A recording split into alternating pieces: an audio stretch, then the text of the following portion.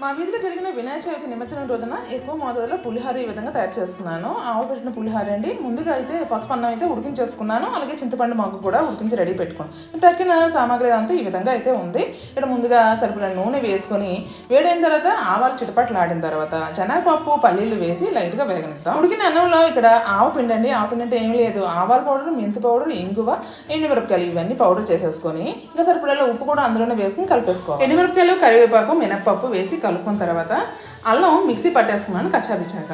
ఎక్కువగా పచ్చిమిరపకాయలు, జీలకర్ర వేసి ఇక్కడ ఈ తాలింపు తగ్గట్టుగా ముందే పసుపు, ఉప్పు వేసుకున్నాను. పావు టీ స్పూన్ ఇంగువ పొడి వేసి కలిపేసుకొని ఫ్లేమ్ అయితే ఆఫ్ చేసుకున్నాను. పచ్చిమిరపకాయలు పెద్దగా వేగే పని లేదు, లైట్గా ఉంటే సరిపోతుంది.